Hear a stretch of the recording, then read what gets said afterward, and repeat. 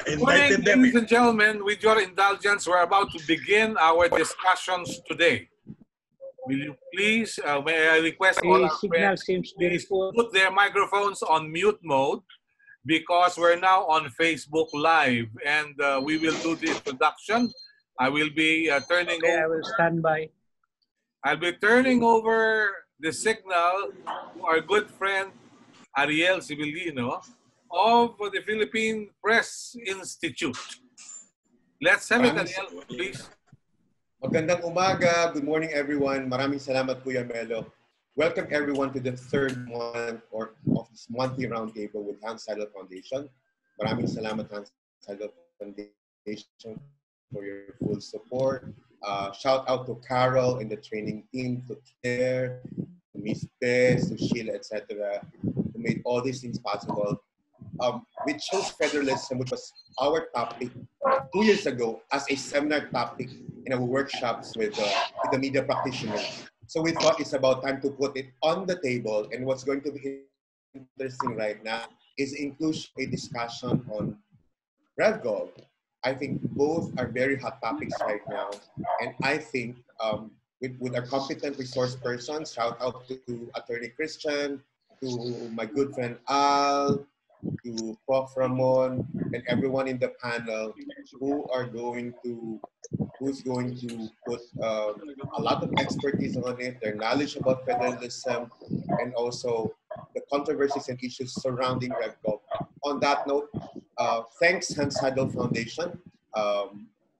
It's going to be interesting, whether it's going to be the 4th month, the 5th month, until the end of this year. So at this point, I'd like to welcome and say hi and thank you as well to the resident representative to the Philippines of Hans Seidel Foundation, Gats Heineke. Good morning, everybody.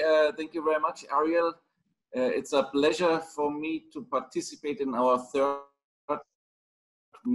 online conference already at 9 o'clock in the morning. Ariel, I'm deeply impressed by your background. Is that already part of your Christmas decoration? Or?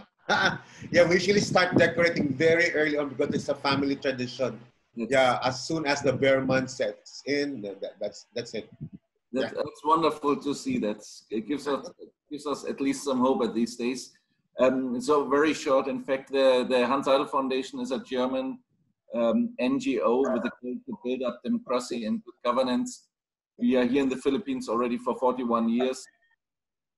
And with that goal, of course, independent and well-informed journalists for us are essential, a key layer for democratic and peaceful development. For today's, and that's in short, yeah, that's already the reason why we are working together with our wonderful partner, the Philippine Press Institute. Thank you very much for that. In order to support through PPI civic journalism here in the Philippines. For today's topics, I've got to admit, of course, I'm a German lawyer, so I think I know quite a little bit about federalism in Germany. I still have a lot of questions about federalism in the Philippines, if it could work here, if it will really come. But I'm here now for 4 years, and for the last 4 years, I always hear something in the background, especially from one good, very friend of mine who's participating today as well, and that's the word revolutionary government. In fact, as a lawyer, I've never heard before in any other country something like a revolutionary government, and honestly, still today, I don't understand exactly what it is. I understand it now a little bit like this, that we just don't respect the constitution, but we keep on governing. So I don't know what it means, and for that reason, I'm more than excited to join you this morning and to listen and to learn and to understand something about this mystic revolutionary government. Thank you very much. Have fun.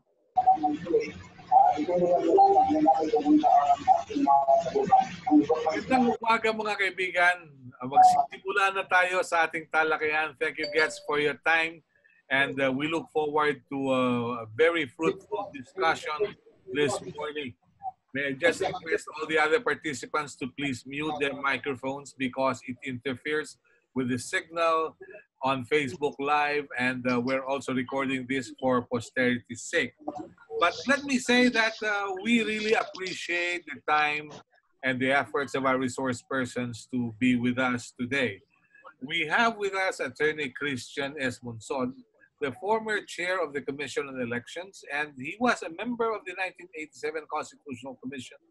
And we also have with us Mr. or Professor Ramon Casiple, Executive Director of the Institute for Political and Economic Reforms. We have with us Manuel Haujan. Dr. Manuel Haujan is the president of the Cagayan de Oro Press Club, one of the prestigious press clubs in the country. We are also joined by Attorney Mohammed Al-Amin Julkipli. He's currently with the United Nations. And we're also joined by Attorney Michael Henry Yusinko of the Ateneo School of Government. So let's start with Professor Casiple. Mon, good morning, and do tell us your views about federalism and the call to have a revolutionary government. Mon, please. Well, revolutionary government by the very term is unconstitutional. It's not meant to follow the usual rule of a government. To start from that, also have heard say that they need government are actually discussed with not actually constitutional. So you have to differentiate between constitutional order. Mm-hmm. Yes, Mon. Yes, Mon. It seems the internet is a bit problematic on your side. Mon. Hello, Mon. Okay. All right. So let's hear from our friend from Cagayan de Oro, all the way from Cagayan de Oro. Yes, Mr. President. Manny. Dr. Manny. Yes, yes. Your views. Good morning. Magandang umaga. Mayong buntag sa tanan from Cagayan de Oro para malaman din ninyo. Baka nakalimutan ninyo ng Cagayan de Oro is part of Northern Mindanao, and Northern Mindanao is part of Mindanao, and Mindanao is part of the Republic of the Philippines. So, let me share. No, I agree on ang RIVGov conceptualized. Even at the beginning, let me just share on my own as a journalist. No? At the start ng kampanya ni President Digong, mayroon ng mga idea na the only way to change the system is by a revolution. And revolution as now being discussed by the MRRD in ECC. They're talking of a revolution. Parang it's a not violent revolution. Yun ang kanilang purpose. Because at this point in time, kung ituloy natin under the present constitution of amending the constitution para itong travel to the moon. Well, everybody wanted, nakaland na tayo ng moon, but the problem is wala pang plane to reach the moon. And if we will use Congress, the present Congress now, to be our vehicle to change the constitution, then it will not happen. So, they are now proposing this kind of RIVGov purposely to change the system, and that's what we are now in. So, ang mangyari lang kasi may pandemic, so medyo nagiging out of bad taste yung proposal. But there is no other way on the thinking of the group supporting President Duterte that the only time that we can advance federalism is during his term na 2 taon na lang ang naiwan. Yun lang ang aking nakita at nabasa doon sa movement for a group. Thank you, Melo. Manny, are you convinced of it anyway in the first place? Again? Are you convinced of what you said, that it is the only way to come up with a revolutionary government? Before I will answer you, let me share this. Congress, hindi nila inadapt yung order ni President Duterte sa CONCOM, headed by Justice Pono. So, following the procedure, isubmit doon sa Kongreso. Ang Kongreso ayaw ng dynasty. So, then ayaw nila yung marami silang not only surgical but an overhaul of what was proposed by the Constitutional Commission. So anong gagawin mo? Personally, I cannot trust the present Congress now. If you look at the study of the Ateneo on good governance, how can we expect dynasty bill in the proviso in the Constitution in the federal if 80%, if my memory serves me correctly, is controlled by a dynasty in Congress. So, which way? If we go onto the people's initiative, alam naman na suntok sa buwan din yun. So, I am convinced that I think unless the members of Congress will be thinking on a revolutionary thinking of changing the system, that's the only way that they sit as a constitutional constituent assembly, yun siguro. Pero yun nga, that's why yun ang ibig ko sabihin, na yun nagsilabasan yung mga movement na RIVGOV na ina-advance nila yung federal. Okay. Maganda yan. Magandang discussion. So what can you expect from President Congress? Wala, himay na ang signal. Hindi. Yun ang mahirap kasi hindi pa napatay ni Duterte yung mga provider. Himay na. So yeah, that's how I got information from the people who are advancing the RIVGOV. Ako naman, diba nakikita, even Senado, ang Senado, why should they push for federal? Most of them wanted to become presidents also.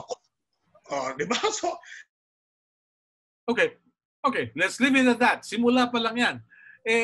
Kung hindi natin, kaya that's okay, yun lang ang sagot ko doon sa tanong mo kung I believe in that way. To me, as of now, from Mindanao, I think there is no other way but that way. Okay. Except that it should be yung concept na yung proposal nila na violent or bloodless or violent, non-violent revolution. Okay. All right. Pero let me just throw this idea to you that revolutions devour its own children. Pero let's hear from Attorney Jill Kipley. Attorney Jill Kipley, what are your views about the issue? Please. Ay, magandang umaga po. Assalamualaikum. Good morning everyone. Mayong buntag. Salamat po sa pagsama. No? So just to jump in very quickly and respond to as an opening question. Kailangan ihiwalay ko din yung training ko as a lawyer and at the same time yung perspective of peace building, kasi where I come from is looking at the case of not just federalism but yung autonomy experience natin sa kasalukuyan at saan papasok yung concept naman ng revolution or revolutionary government. And from my end, siguro ang Yes, Attorney. Yes, Attorney. Hello.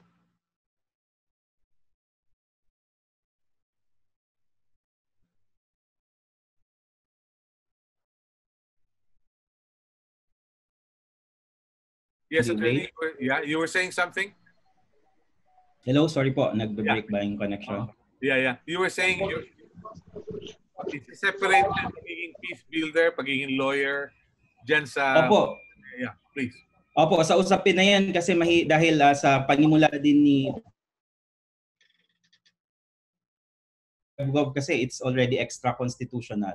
At pag tinanong natin ang mga abogado, syempre ang isang mahalagang base document to look at any effort papunta sa pag-establish ng federalism or pagbabago ng sistema is to follow the constitutional order, which unfortunately in the process na involving a revolution ay kadalasan nasa sidestep yun. So isa yun sa pinakamahalagang consideration, no? Ano ba yung impact or implication of having to sidestep a constitution to favor such a parang big step like a revolution, whether it is bloodless or violent. Ano yung magiging impact niyan sa success ng transition towards federalism? Yun din ang isang tinitingnan natin kasi itong move naman toward federalism, hindi lang ito something that will happen overnight. We have to realize that we want to overhaul entire systems here, which is why we have to look at the implications of how it will happen and how it will transpire. Kaya yan po yung aking pagtingin. No? Kailangan tingnan natin hindi lang yung objective but how to get there. Importante yun. Pero sa tingin nyo ba, with the kind of people offering themselves to serve the country, are they worthy of our trust? I've seen them. Well, hindi naman po natin pwedeng lahatin, ano? Kasi we have to remember that constitution making or building a system requires a village, an entire community. So hindi lang ito ilang tao. At yun yung sinasabi kong peace building lens na dapat tingnan natin dito kasi ang usapin tungkol sa federalism ay usapin ng lahat. It shouldn't be confined to just a few. So which is why, although may problema tayo with certain people who might be involved, ang isang dapat tandaan natin, it shouldn't be just about them. It should be everybody. Yeah, okay. Let's hear from the other side of the Ateneo, the other side of Katipunan Avenue, Attorney Mike Yusinko. What are your views about this? There are moves to come up with, federalism, and then some people are saying revolutionary government is what we need to answer all the problems. It seems to be the be-all and end-all of what ails us. So, good morning, Melo, and good morning to everyone in this webinar. So, first, let me say that federalism and RevGov are two diametrically opposed ideas. Okay? So they are two diametrically opposed ideas. And what do I mean? Federalism, in all the literature, or even some of the proponents would agree with me, federalism is a democratization project. Okay? Federalism aims to disperse political and administrative authority in order to empower more people to participate in governance, right? Federalism aims to disperse political and administrative authority in order to make government more accountable, okay? Federalism aims to disperse economic growth in order to make it more inclusive. So clearly, federalism is a democratization project. Whereas on the other hand, RevGov, what is the aim of RevGov? The aim of RevGov is to put political power into a single individual, to a single person, right? And let him do what he wants. Okay? Parang bibigyan mo siya ng power and just tell him, okay, do whatever you want to do. Essentially, hope for the best that whatever he does will be good for the good of the people. So that is not democracy. That is not a democratization project. So federalism and RevGov, as I said, are two diametrically opposed ideas. Senator Nene Pimentel, the late Senator Nene Pimentel, was absolutely against this idea of federalization via RevGov because it's absurd and it's ridiculous. And if you are a genuine proponent or advocate of federalism, you will be as well. Okay. Maliwanag po. Let's hear from Attorney Christian Monsod, who was one of the framers of the 1987 Constitution. Is our Constitution still lacking in what is needed to solve all the problems that we have today? Good morning, Attorney Monson. Morning. First, let me just address that question of revolutionary government. I thought that that idea was dead because the military and Secretary Lorenzana said they're against it. And no attempt at a revolutionary government will succeed without the military. Of course, it's extra constitutional. But the point is from a practical point of view, I think President Duterte realizes that that's not a solution because he doesn't have the military with him, right? Mm-hmm. Now, for example, the president also said that he's going to ask the armed forces of the Philippines to run the customs. Do you remember that? Yeah. And he was saying, oh, that's a good idea, until they interviewed Secretary Lorenzana, who said that I was not consulted. And that was the end of that idea, because that's also forbidden by the Constitution. So I think the revolutionary government idea is dead. Now, we're discussing a shift to federal system today. I thought also that the president has already said that he's withdrawing it or he's not interested in it anymore. And but if we are going to discuss it, by all means, let's discuss it. And this idea, by the way, of a revolutionary change, that has already happened. That was EDSA. That was change, peaceful change, where we proved that we can achieve political change without violence and through peaceful means. The challenge is, can we also deliver on the promise of a new social order of the Constitution, which the context of which is EDSA? Can we also deliver that through peaceful change? And that's why people now are talking about revolutionary government. I agree that in concept, these two are not consistent with each other. But of course, Russia considers itself a federal government system.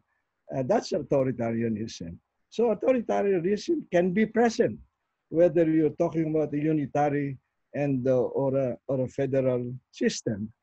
And to me, if you take a look at the three options or proposals for charter change, namely Congress, PDP Laban, and the Constitutional Committee, it is the theme is that is really suited to Duterte, and it's the problem with the President Duterte is that he only knows how to govern through fear and force, and it's not because he's sick or old. President Duterte is dangerous with power, and so any kind of change that puts absolute power in his hands, quote unquote, constitutional authoritarianism, won't be for the national good. Besides, this is the playbook of Marcos. Marcos used the same argument. That is his revolution from the center. That is Marcos, isn't it?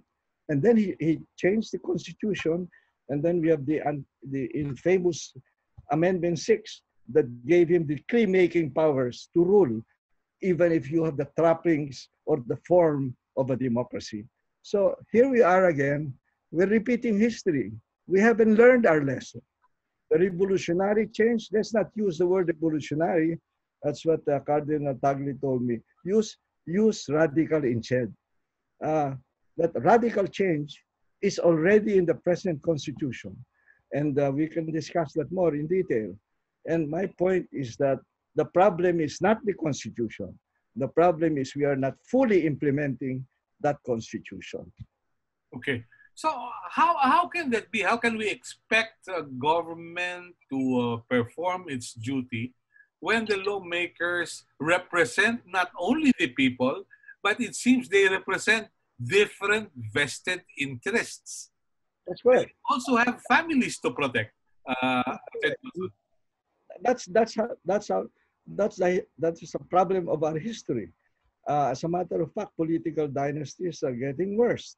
The studies show that 70% of the people in Congress are dynastic, right?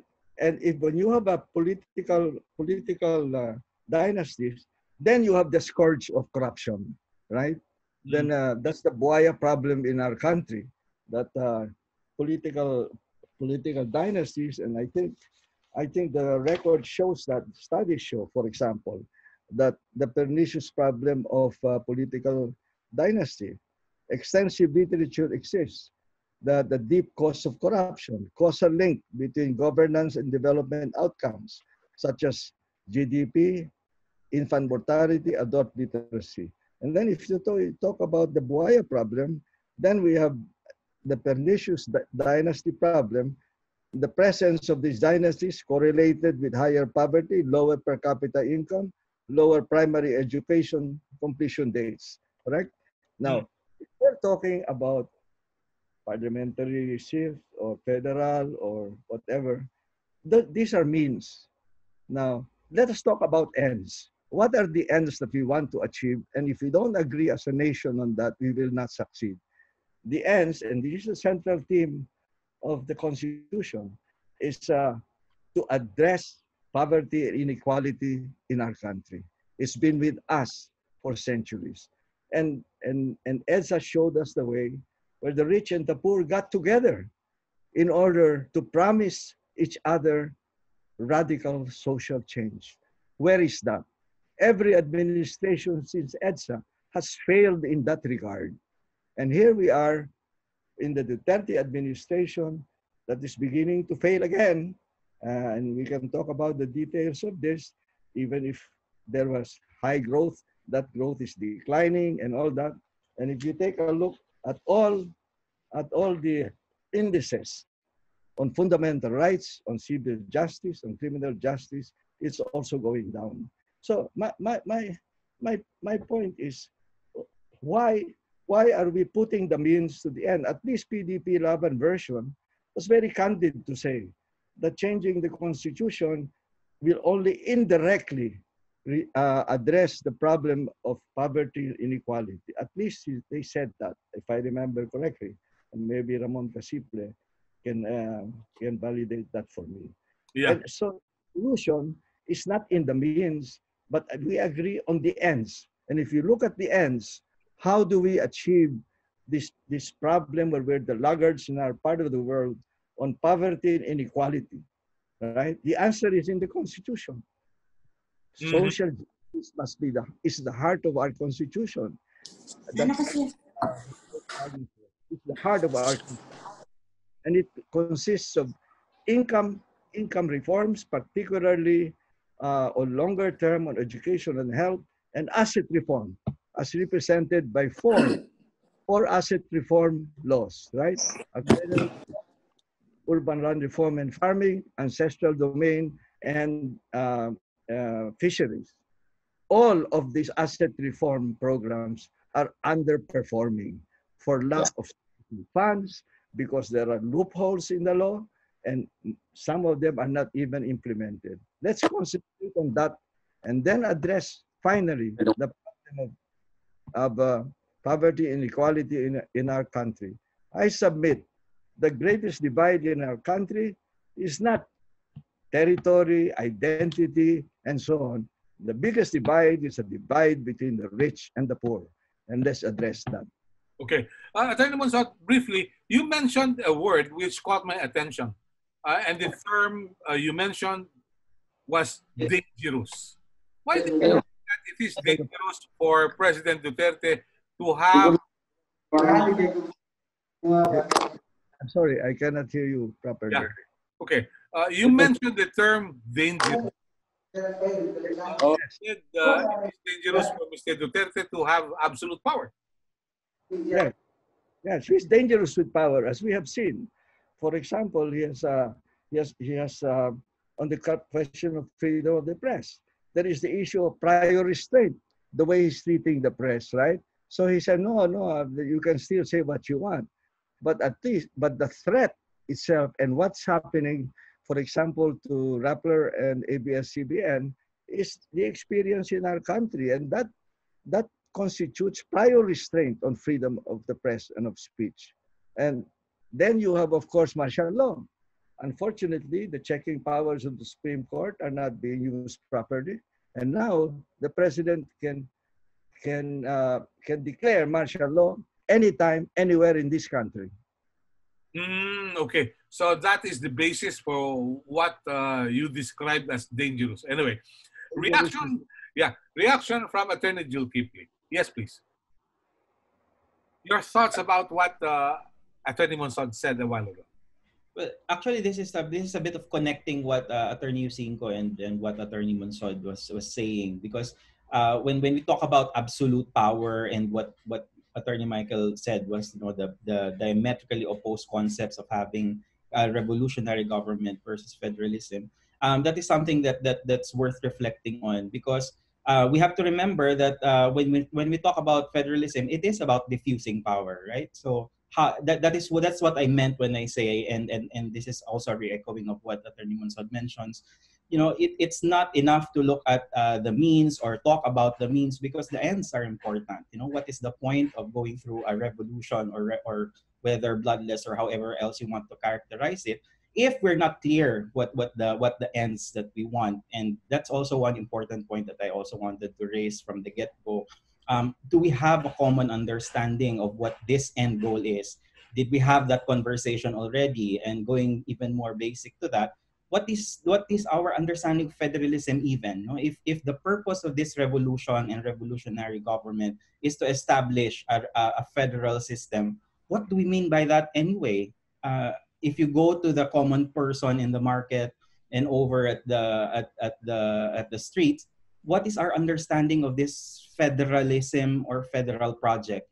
Even, you know, the experts and even those who have already studied this quarrel over what this means. And we're putting it as some sort of panacea and silver bullet that will just solve everything in an instant because we will have a revolution. But that's not a given.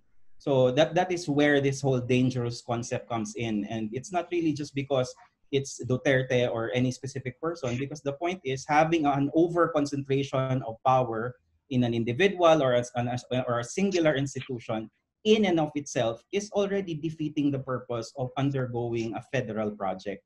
So that's one important consideration we all have to keep in mind. And that's why we always have to remember and keep and ask ourselves whether the means or the process we want to take in order to get to federalism is valid or invalid.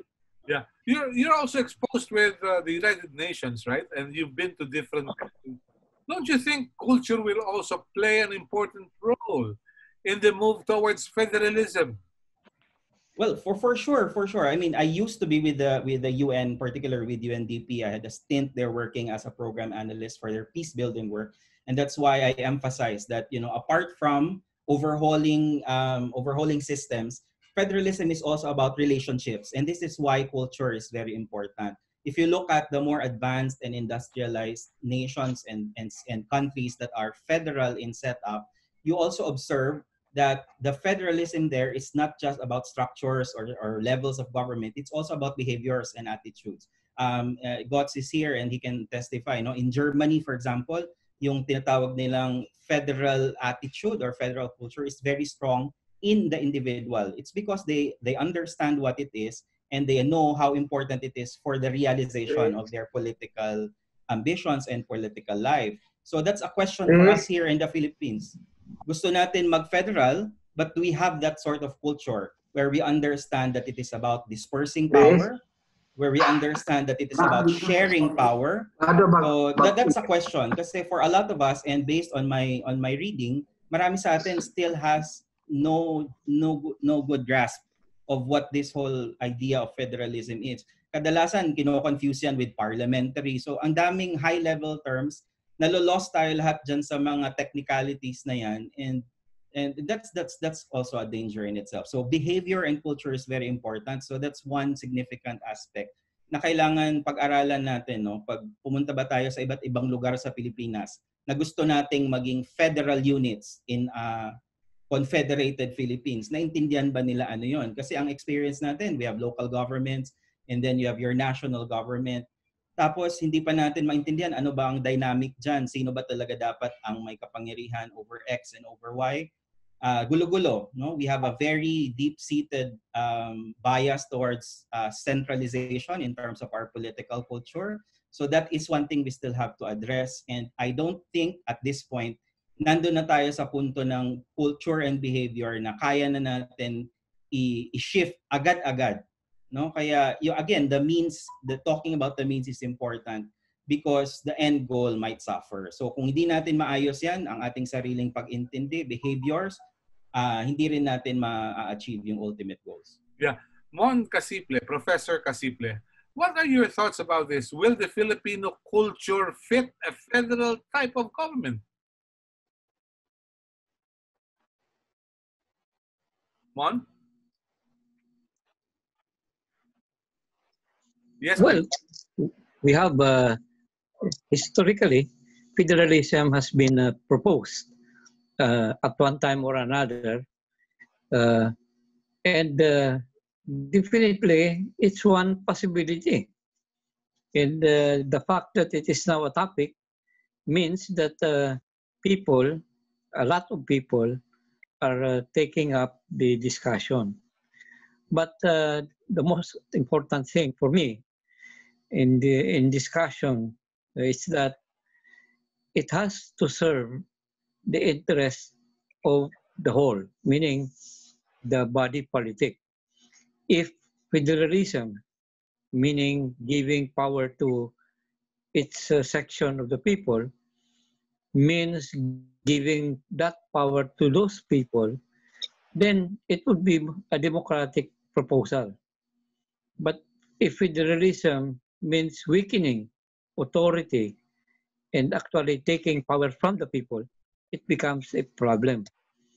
At this time, I don't think there is a consensus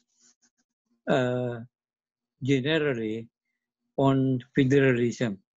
Okay. And I think it's something that will be discussed still. Yeah. Looking at the setup today, there have been suggestions like the Bicol region can be one federal unit. But looking at the people in the Bicol region, they simply represent political dynasties. So it will be a battle between dynasties wanting to control a particular region.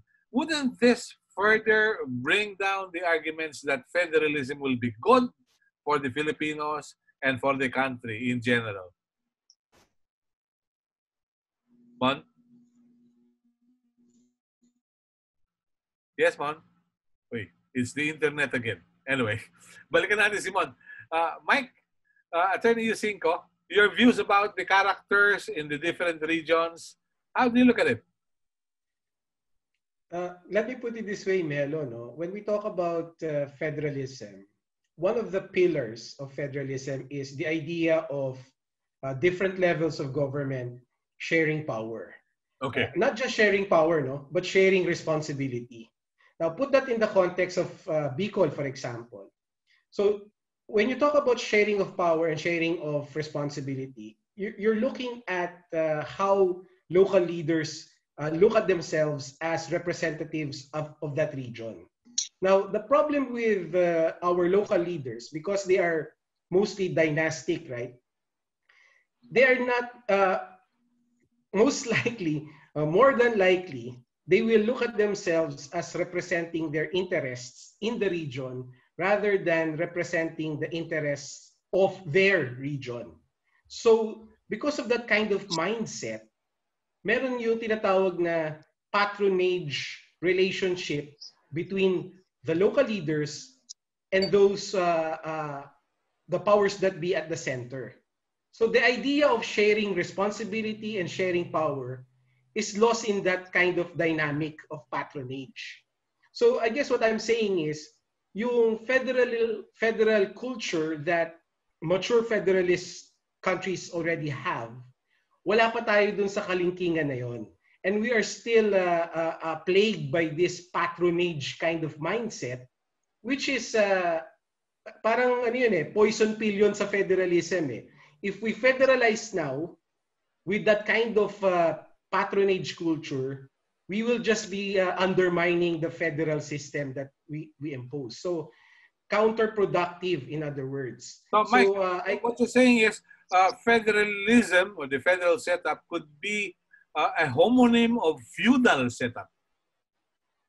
I wouldn't go as that way. No, I wouldn't term it that way because, for one thing, I don't want to term it that way because I consider myself as a federalist. No, so I don't want to put a negative light on federalism. But if you put a federal structure with our patronage culture, you will likely end up with something resembling a feudal system, which is why our country now, in its current political culture, we are still not yet ready to implement or establish a genuine federal structure. Attorney Monsod mentioned that one of the pillars of the Constitution, the centerpiece or the heart of the Constitution, 1987 Constitution, is social justice.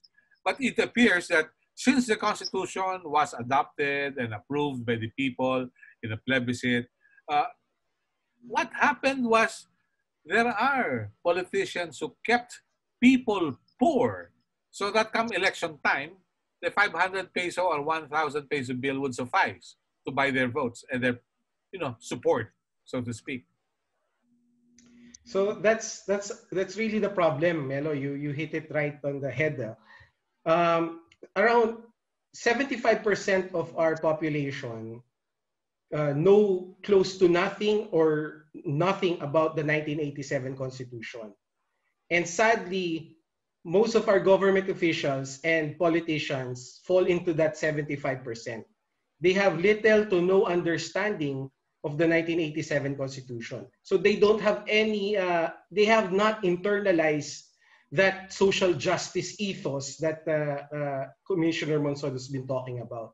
And therefore, when they come into office, when they get elected, they have that social justice ethos is not in their heads, right?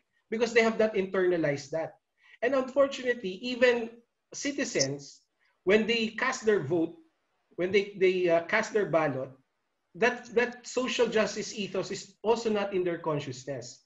That's why many observers will look at our elections and classify it as transactional because voters vote based on what they get from politicians, and politicians capitalize on that by offering largesse to their voters.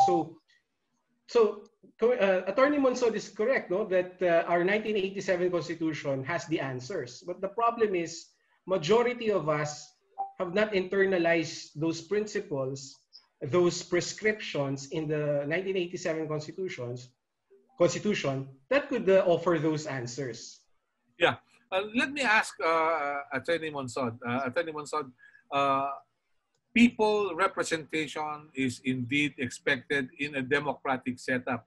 But it appears that people in government even bastardized the party list system.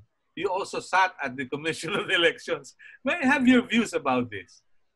Well, okay, let's just take a party list. I think the problem with the party list system was that the Supreme Court interpreted it wrongly, right? The only decision that aligns itself with this is the latest decision that was penned by Justice Carpio. But if you read the provision of the Constitution, the party list system is supposed precisely to represent constructive advocacy. And what happened was that even in the Carpio decision, he finally got it right, but he left a loophole.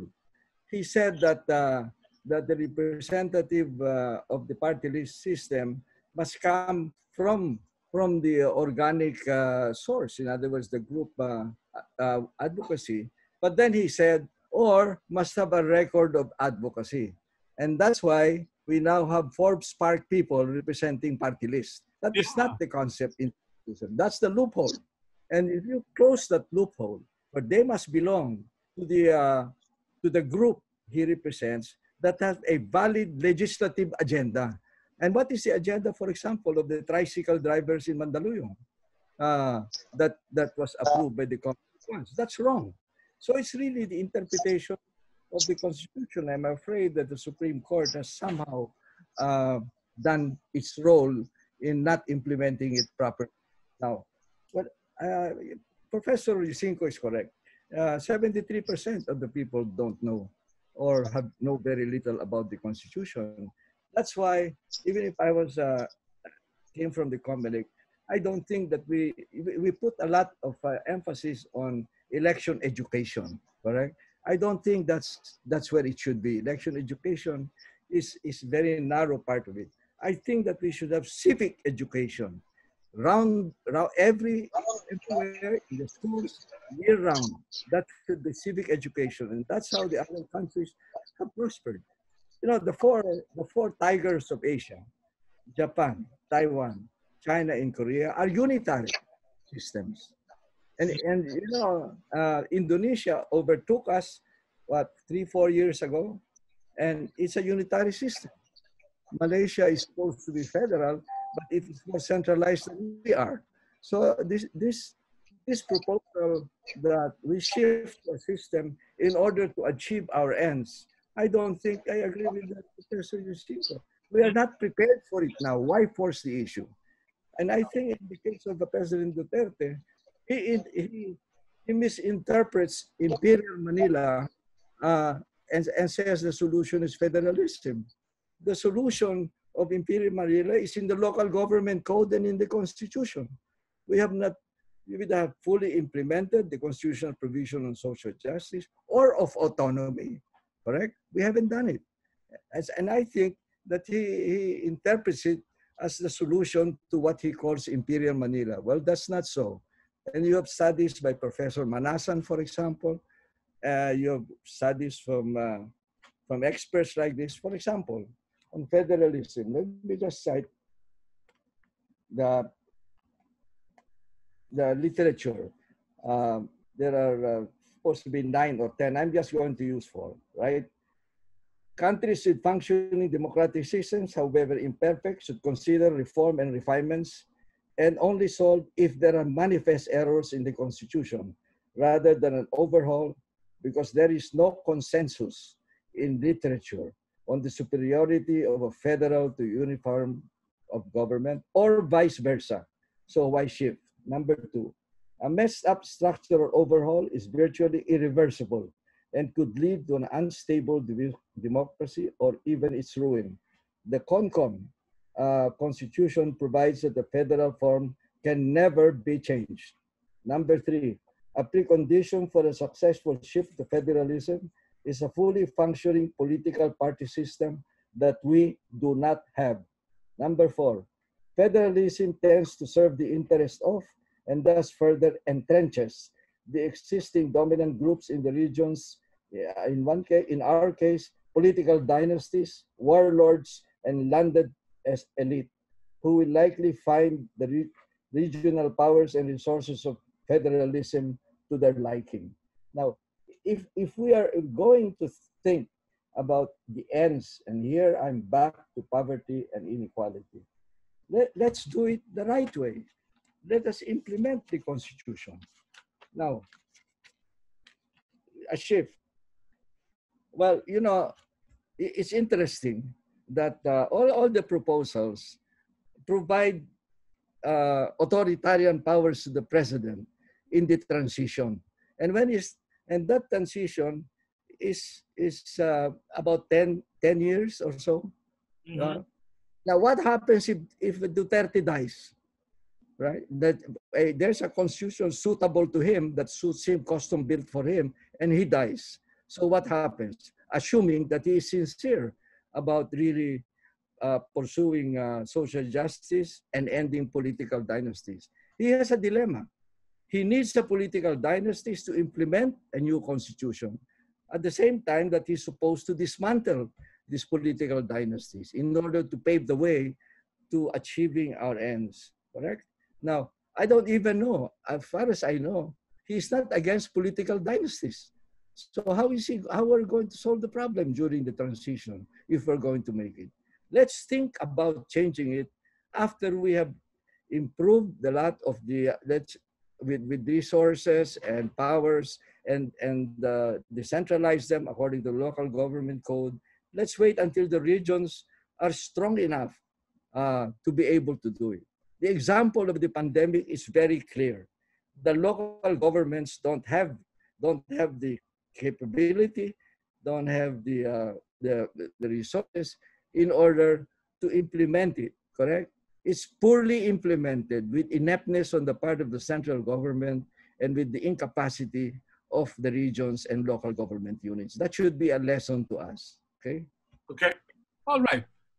Dr. Manny Haujan, your thoughts about the discussion so far? May we have your thoughts because we've heard a lot so far.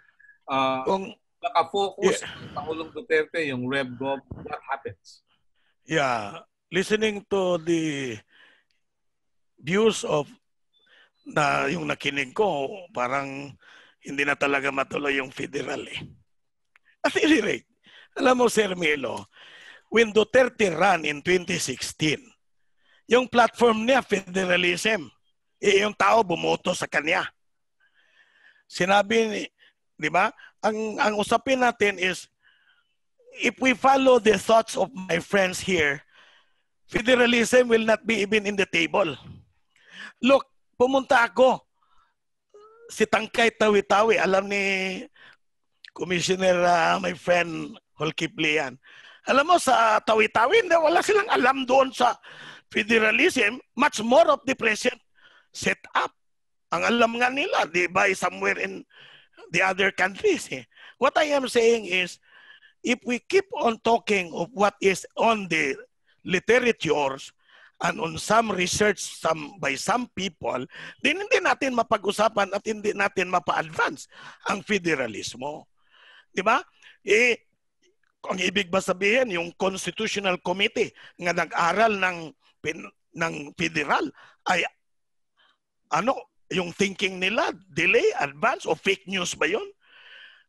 Ang usapin is, yung RevGov nabuhay ulit dahil because of the frustration of the present structure. I agree that the greatest divide of this country is the poor and the rich. But tanong ko, if we continue having the present setup, that divide which mentioned by the great Honorable Sir Christian Monson will also be there. Is there a promise that if federal will come, that great divide will be even more, be larger, or what, more problematic? Ako, from Mindanao, I'd rather take the risk of having a federal, even if it in its infancy, rather than still suffer with the same present setup. Magandang pag-usapan yan, Dr. Manny Haujan. Years ago, while hosting events like this, we asked a budget secretary, may she rest in peace. The name of the budget secretary was Emilia Bongkodin, a good lady. I asked her, why is it that you have forgotten Mindanao? What do you mean, Melo? The releases for Mindanao. Mukhang nakalimutan kaya naghihimagsik ang mga taga Mindanao. Sabi niya, Melo, dala ko yung record. Gaano nakalaki ang perang aming inilabas para sa Mindanao? Saan napunta? Yun ang tanong. COA dapat ang sumagot. So, maaaring may resources. Kaya lang, kung masyadong mali yung interpretasyon ng Sir Melo. No? Sir Melo, yes. Ito lang. Yung sinasabi ninyo, na malaki ang budget. Sinong nag-arrange ng budget? Manila. At the present of the corruption in the past and the present. Who gets the bigger pie? It's the Manila. Then, ginawa lang tuto-uto ang taga Mindanao. Look, what Mindanao gets are bombs. Pag nagka-problema, you expect bombings either in Sulu, Central Mindanao, and Davao, or some parts of Zamboanga. Bakit? As a journalist, I keep on traversing. Pumunta ako dito. You are talking of the budget even. Let's talk the case of Chairman Nor. Alam ni Chairman Nor, that's why hanggang ngayon hindi siya ma-prosecute. Dahil malaking budget na lagay sa kanya. Pero saan napunta yung budget? It's not, if you ask Chairman Nor, not all the money went to him. Somehow, somewhere. So, it becomes against an issue of corruption. But whether it's federal or the present setup, corruption, according to Cardinal Sin, is now a way of life among politicians. The political patronage is there. Diba? Yung tuwid na daan, natalo sa 500. So, what I am saying, these are dynamics or cultural divide also is also another issue. But ang usapin, kung tataya ba tayo sa federal, may mangyayari ba sa ating bansa? Okay. Yan ang tanong. Yan ang tanong ko. Okay.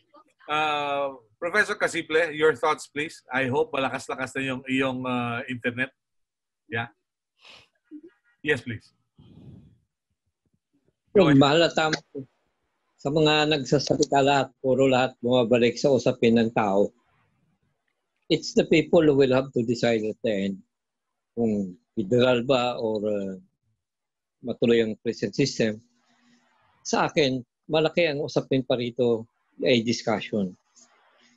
Federalism is not a system na familiar na ang mga tao. Although, siyempre, may mga partisans dyan.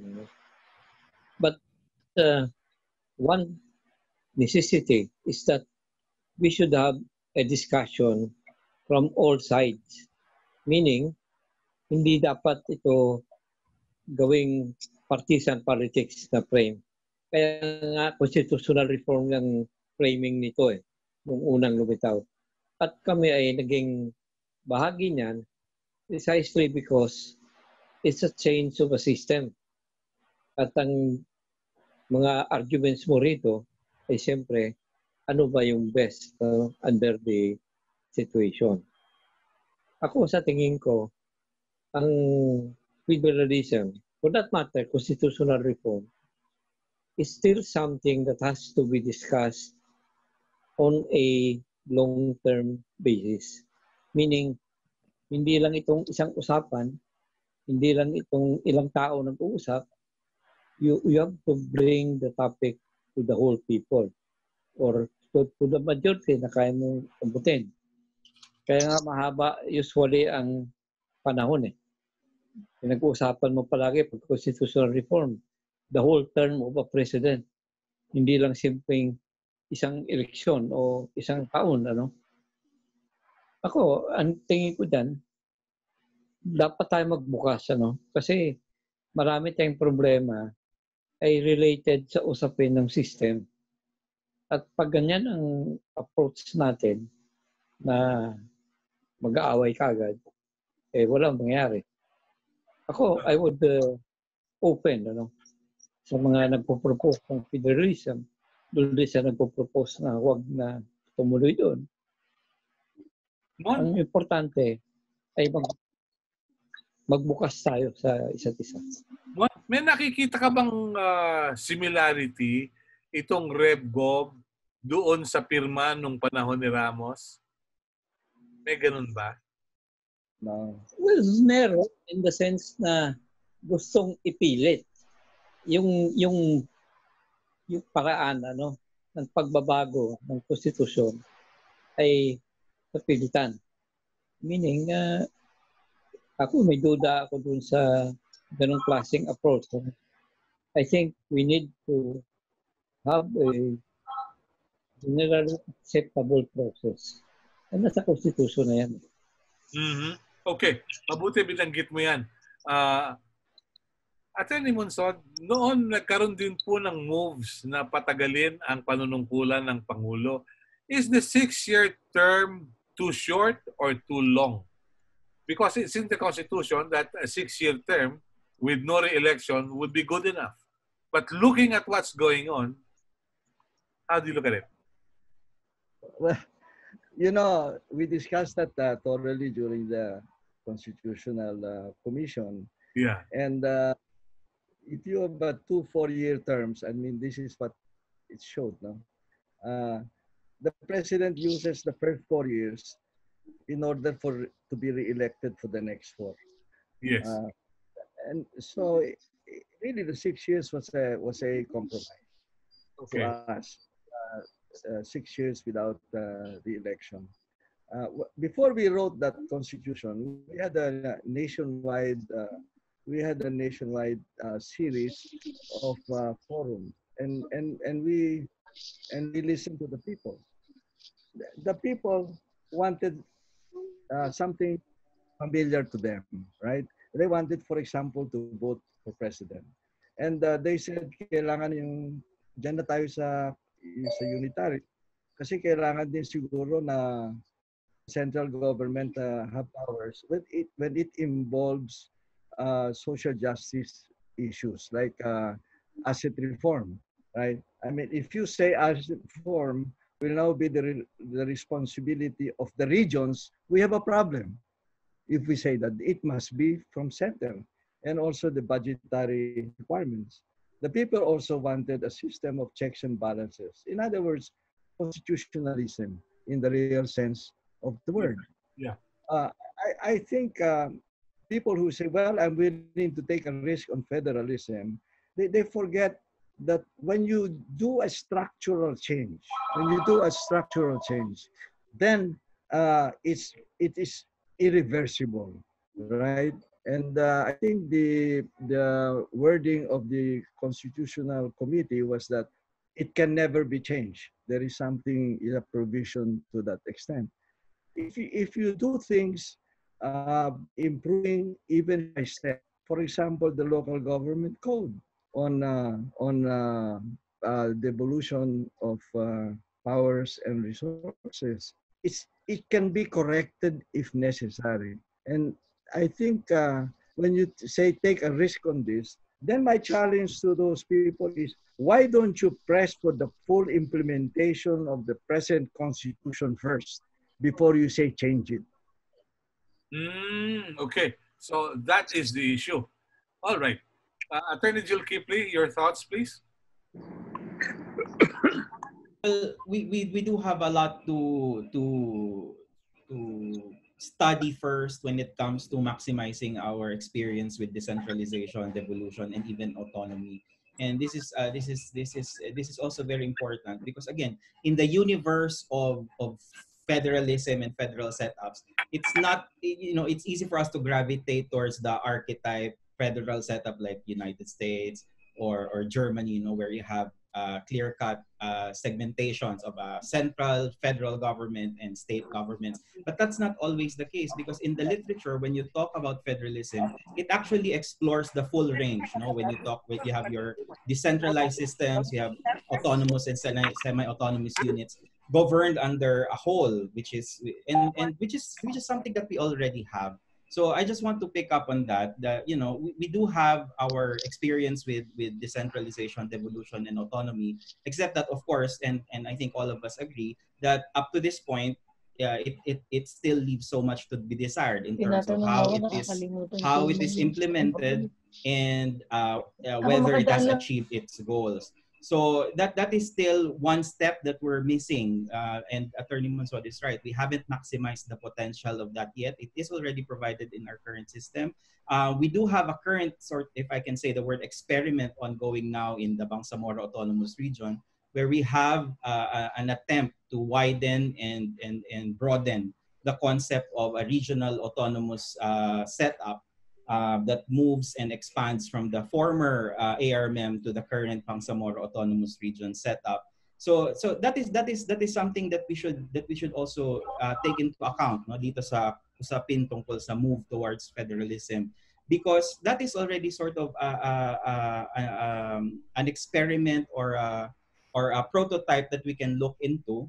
And whether or not and how it unfolds is very significant and very important for all of us that want to think about broadening, moving or shifting towards federalism. So yung una, again, just to repeat, yung paano ba natin aayusin or babalangkasin yung local government setup natin and yung autonomy setup na yan, which are already existing. and how it will relate or how that experience should be used as we move along. So, and which brings me to my second point, no? Kaya itong RevGov is very controversial vis-a-vis any conversations on federalism kasi masyadong biglaan. And experience tells us na if there's something as abrupt as a RevGov that, you know, and nagamit yung word na to, no, pinipilit or being forced, then that creates a lot of issues. Why can't we consider a more gradual, progressive, evolutionary shift? No? Why is it that in the table?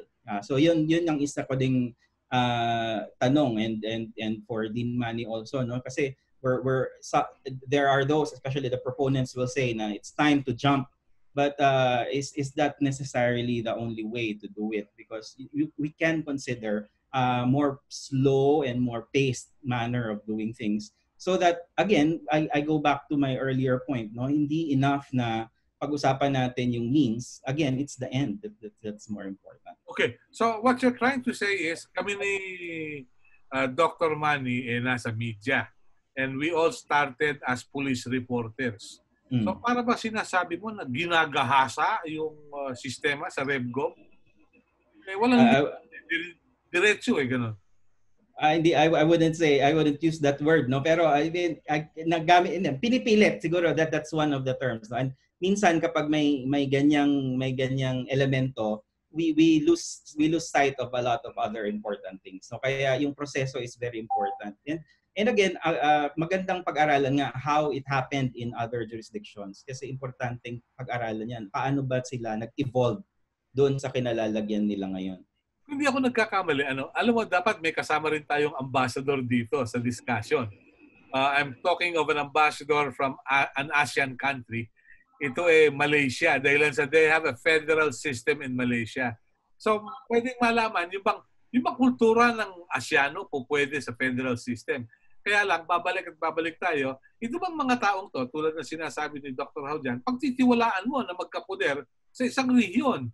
Dahil lang sa, I don't know whether it is coincidental, pero I hope you will agree with me that it is in areas where people are poor, where political dynasties lord over the people, are the places you can find insurgency and separatist movements. Your thoughts about this? Well, for sure, no? Kasi itong mga nabanggit mo na characteristics are present in almost everywhere when we talk about our grassroots, no, and peripheries. So pagdating doon sa areas na malayo sa sentro, talagang pernicious and prevalent ang hindi lang kahirapan, but as you said, even conflict, violence, etc. So and up to this point hindi pa rin yan natatakel, no? Ano ba ang kasi parang ang nangyayari, baka mag chicken and egg tayo pag pinag-usapan na natin yung federalism, kasi federalism is all about empowering the peripheries and the grassroots. And katulad din nung nabanggit earlier, no, it might just feed into that kasi yung konsepto nga ng ating very parochial and highly personal and patronage-ridden politics sa peripheries is still very much alive and very much present. So yun siguro kailangan natin munang pag-usapan paano tibagin yun before moving towards systems and structures like federal setup. Okay. Attorney Mike, your thoughts about this, because this is very timely. Why will I mention this? We have decentralized, we have devolved the Department of Health, the Department of Agriculture, and of course, whether we like it or not, the local government units have the power to accept people recommended to be provincial, city, or chiefs of police. No? So, yun. Pero at this point in time, hindi ba dapat bawiin ng gobyerno nasyonal yung health services na na-devolve sa local government units? Because not all local government officials have the will and have the idea on how to manage a pandemic like COVID-19. Let me, that's a very good question, first and foremost. But let me put it this way, no? Let's just focus on public health as a deliverable, as a government deliverable. Let's not talk about first yung whether decentralization or centralization, ano yung dynamics, no? let's just focus on public health as a government deliverable. Literature will tell you that it's really the national government who should be responsible for this government deliverable. So even in federal countries, for example, Canada, they will concede that public health should be a national government responsibility. And because for logic, no, for logical reasons, no, that because you're talking about the health of citizens, you're talking about the health of communities. You cannot just rely or put that burden on local governments, on small governments, because it does not make sense in terms of resources, in terms of capability, and so forth.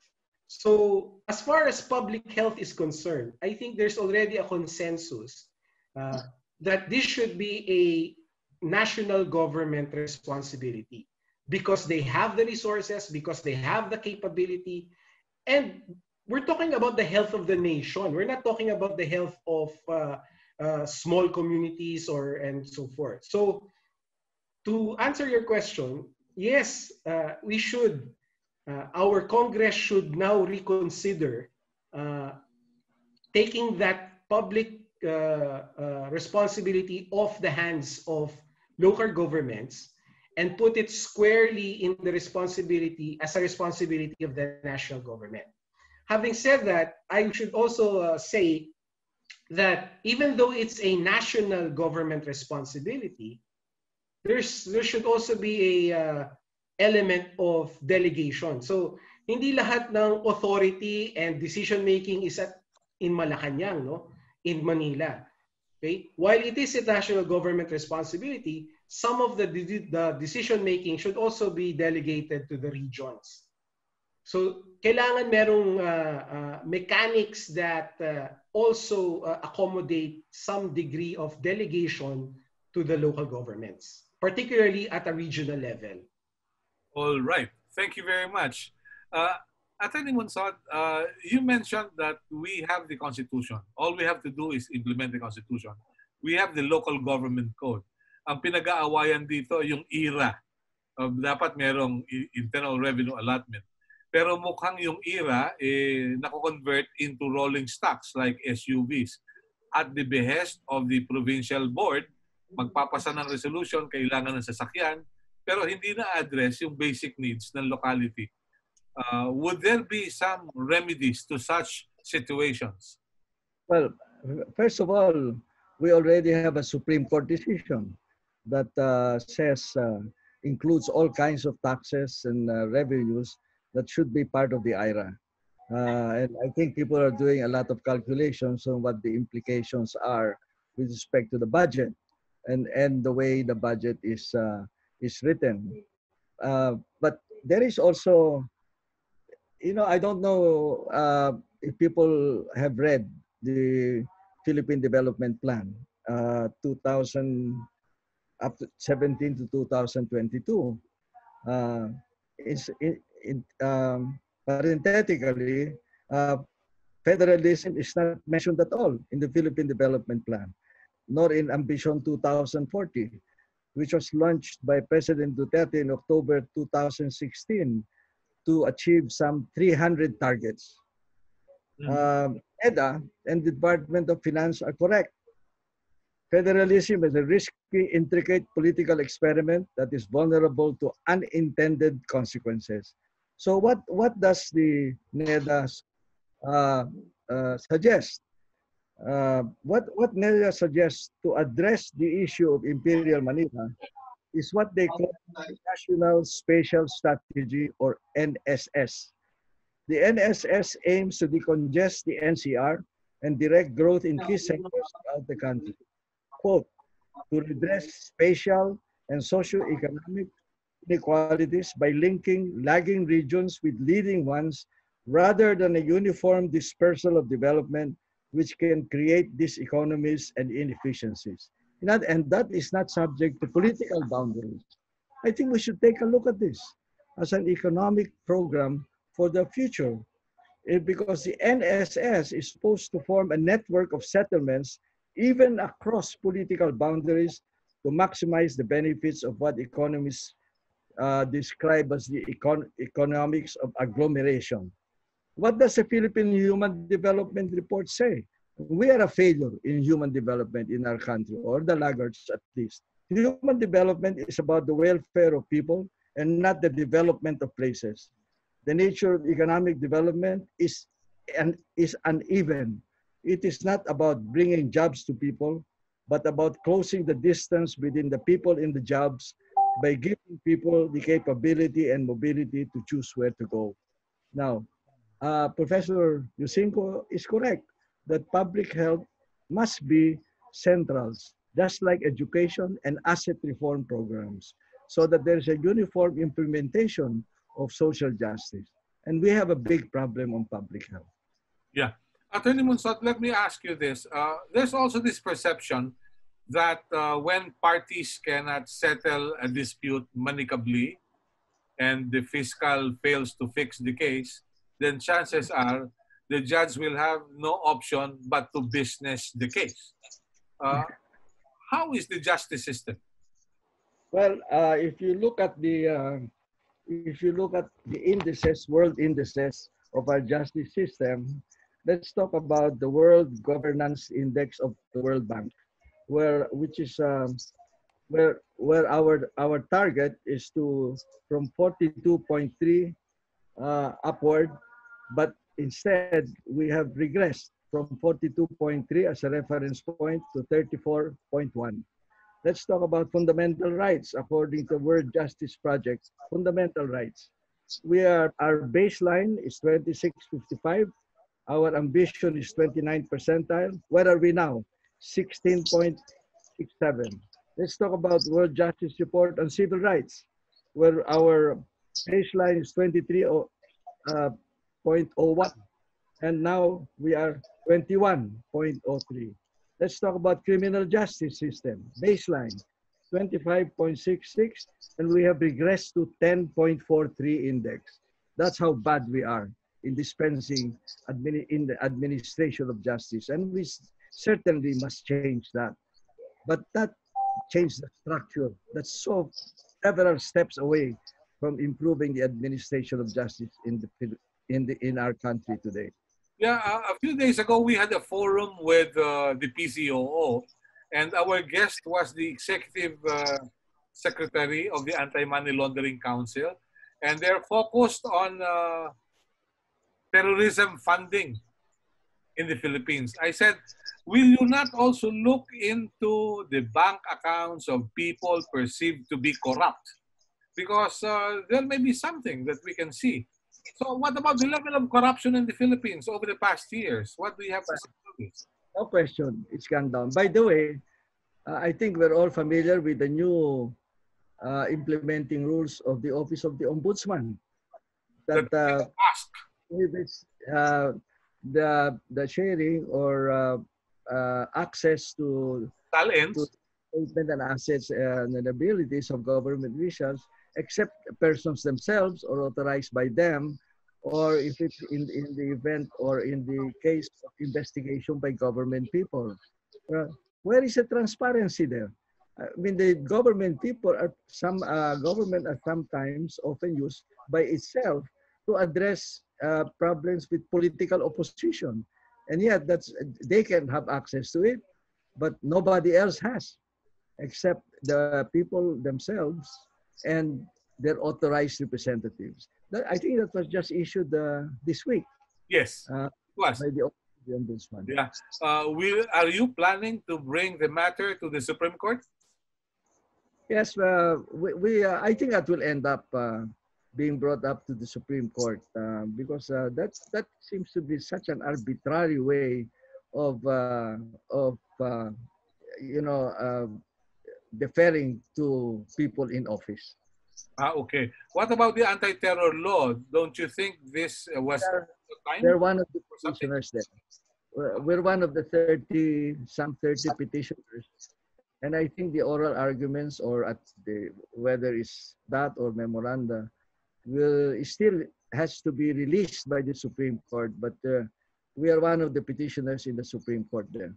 Okay, so we'll have to watch this. Attorney Mike, may I have your thoughts? What do you foresee in the coming days, coming months? Coming from the better side of Katipunan Avenue?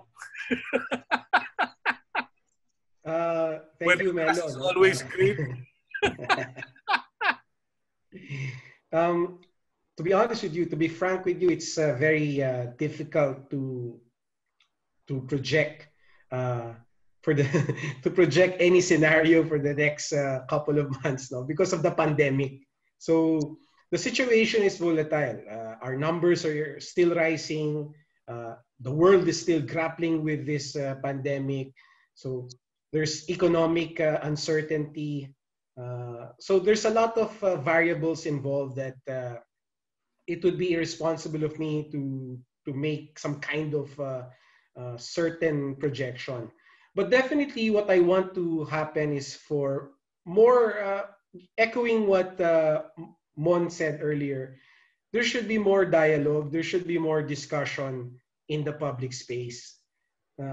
Ironically, because of the pandemic, we have now there's more access now to discuss and dialogue because of technology. So I hope there's more of that in the future, but not just dialogue, but civil dialogue. Something that that's opposite of what we see in social media now, where it's toxic, it's bangayan, it's insultuhan. I hope that we as a community set that aside and let's really accept that for social media, because we are social media creatures now, for social media to benefit our democracy, our society, our community, we have to be more forgiving. We have to be more understanding in that public space, in that digital space. Okay, let's not be quick to judge. Let's not be quick to insult others. So I hope that this pandemic, this lockdown, this quarantine that has forced every one of us inside our homes and in front of our computers, I hope this is an opportunity for us to really internalize the 1987 Constitution, particularly on free speech, on social justice, on due process, on the role of the ombudsman, on transparency and all that. Let's use this to internalize, use this time to internalize, but at the same time, use this opportunity for us to have a civil and, collegial discussion about these matters. Okay. You looking forward to a Merry Christmas? Yes, of course. Sino bang hindi? Alam mo naman tayong mga Pinoy. Whatever happens, Christmas will be very happy. Yeah. May isang nagsabi na anumang political activity ang gagawin mo, dapat hindi lalampas ng November 30. Because whatever it is, malilimutan ng tao yan pag December 1. Exactly right. Pag December 1, wala nang politika, puro Pasko at pamilya na lang. Pero with COVID-19, marami raw mga politiko makakapagtago dahilan sa nag-iingat sa mikrobyo. Nagtatago sa mga inaanak. Yeah. Thank you, Attorney. Okay. Thank you, Melo. Professor Mon, Kasiple, your thoughts? What do you see in the near future? Well, we still have the pandemic. Political issue yan, hindi lang health. One, the election is coming. Nag-iisip na ang mga politiko kung tatakbo, sino suportahan. Secondly, may impact ang pandemic sa takbo din ng politika sa Pilipinas. Issue nga siya eh. Kahit itong usapin ng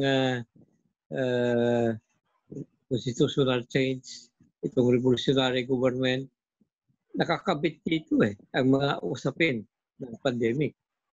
Kaya napakahalaga na dapat tayong bantayan, ano? Kasi pagpasok ng sunod na taon, I think we are already entering the election season. Kaya mahalagang mag-isip ka na ngayon kung anong gagawin mo next year. Pero may nakikita ka na ba mga taong magtatanghal ng kanilang sarili na makapagbibigay ng solusyon sa mga problema ng bansa? Meron na ba tayong knight in shining armor? Well, unfortunately, no. Nung hindi pa masyadong halata na malala yung epidemic, maraming mga kwento-kwento dyan ng mga nagbabalak. As of now, wala na. Tahimik. I think one of the reason is marami kasing apektado ng mga events din, gaya nung US election. Walang gusto magsalita dito ng mga politiko. Hindi pa nila alam kung ano yung kalalabasan ng eleksyon na yan. In fact, that's one of the aspects of the present situation. We really have to monitor not only Philippine situation, but we should include the US and also the regional Asian situation. After ng period na to next year, bago na yung sitwasyon sa tingin ko sa Pilipinas. Mm-hmm. But you will agree with me, whoever wins sa election sa Amerika, they will still pursue the American interest in the region. Definitely. That's a given. That's a given. Doesn't matter, no? Okay. Thank you, Mon. Please stay healthy. We'll have more events in the near future. Salamat, Mon. Thank you. Yeah. Dr. Manny Haldian, Manny, your thoughts about the near future, please? Well, mga Pilipino, kahit may pandemic, mag-enjoy talaga ng Pasko yon. Except lang na medyo malungkot lang ang mga politiko dahil affected din sila. Except those nagnakaw sa SAP. Yun lang ang nakikita ko. It's not really bleak December. It's still, marami pa rin, masaya pa rin ang ating Pasko. Ang iba nga, maaga ng Pasko kasi beer na ngayon eh. Pero I hope and pray that a vaccine will be readily available. If we have to buy the story of our president na nandoon na, baka makakuha. Pero just the same, I still hope that ang mga Pilipino, alam mo, Sir Melo, dito sa pag-ikot ko I've already nag-ikot na ako sa bansa during pandemic. It's only Manila or NCR ang medyo worrisome about the COVID. Pero in some areas, okay pa lang sila, enjoy naman sila. In short, it will not be a good Christmas in Manila. So I would suggest, Sir Milo, you come to Mindanao and enjoy the Christmas break. Enjoy the 14 days quarantine. Ibig mo sabihin. Nagbago na policy. Okay, Attorney Jill Kipley, please. From your end. Yes, please. Yeah. I think i-echo ko lang din naman lahat na nang nabanggit. No? The pandemic will still be the major and foremost consideration for most of us. It doesn't seem like it's going to let up as a point of preoccupation for many of us, regardless of whether nasa NCR or nasa ibang lugar sa Pilipinas. Kasi the reality is, yan ang laman ng ating balita day in, day out. Pagbukas mo ng social media, it's the news flash about how many cases, how many deaths, etc. So yan pa rin ang magiging pangunahing usapin. But I guess ang gusto ko na lang siguro maidagdag, apart from yung sinabi ni Attorney Mike no, na more civil and open conversations about this issue, working to continue the dialogue, I think ang isa kasing na-observe ko ngayon, nagiging mas keen na yung eyes ng tao sa evidence. So I think that's one of the things na ako kung pag-uusapan natin yung hopes and aspirations. No? When talking about this issue of federalism, constitutional change, dapat i-nurture natin yung ganong behavior na look at the evidence. It's important to take a look at the figures kasi minsan madadrown tayo sa rhetoric, hindi na natin nakikita kung grounded pa ba yan sa realidad as extrapolated in studies, in researches. So no, talking about the vaccine, Manny, no, yan ang kasi mahirap na nakita na natin over the past few years nung sumabog ang fake news. Talagang we saw how pernicious and evil that was, and I hope and pray na coming towards the return to the new normal, the better normal, sana yung evidence-based na behavior ma-retain natin in terms of conversations when we do our own reflections on matters of public interest. Kasama na yung federalism. Yeah, thank you. Attorney Christian Monsod, your thoughts, please. What will be your message? How do you look in the near future? I think the traditional media and social media have a big role to play in what happens. I think it was Ateneo who said that in Facebook, there are 19,000 posts, 1.4 million comments, and 75 million accounts. It's very interesting in this regard. Number two, there is a changing paradigm of people power. Don't think about bringing down the president anymore the way it was done before. The poor will only take to the streets, will not take to the streets anymore. They want to exercise people power in their own communities to improve their lives. So trying to bring anybody down with people power is not a good idea. There are hopeful stirrings in the local level in the last elections. There is a long list of dynastic names that lost in the last elections and some very good young people, even if some of them are replaced by other dynasties or whether the reason is contestability rather than dynasty. But this is good.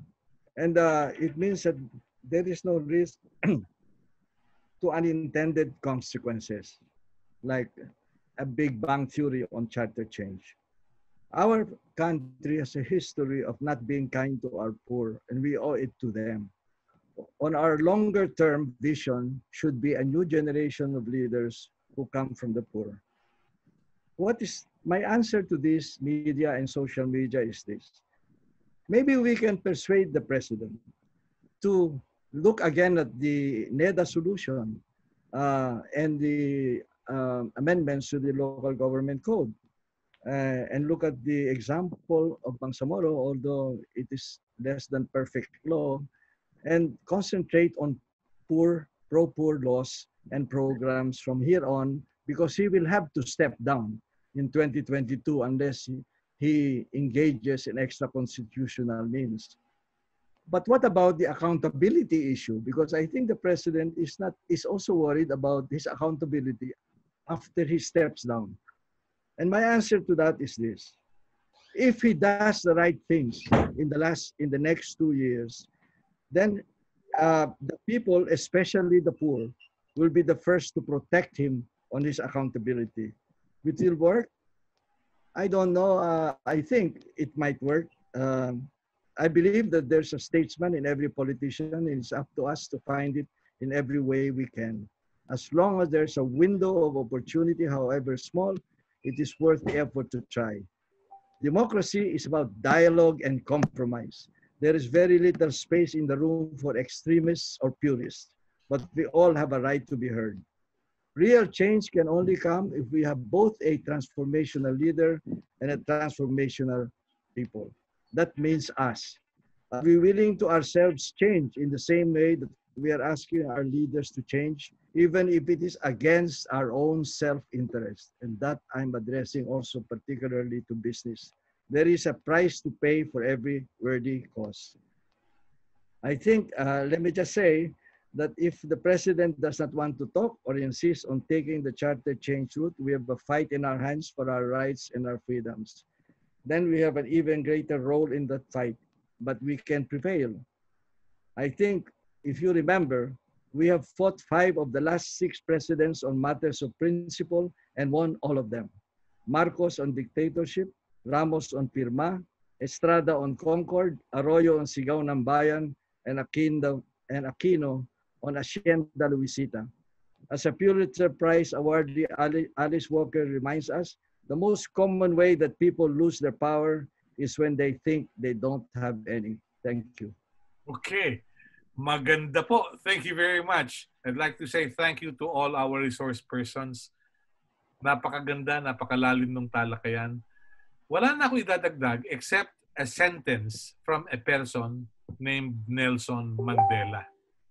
Ang sabi niya, it is in your hands to create a better world for all who live in it.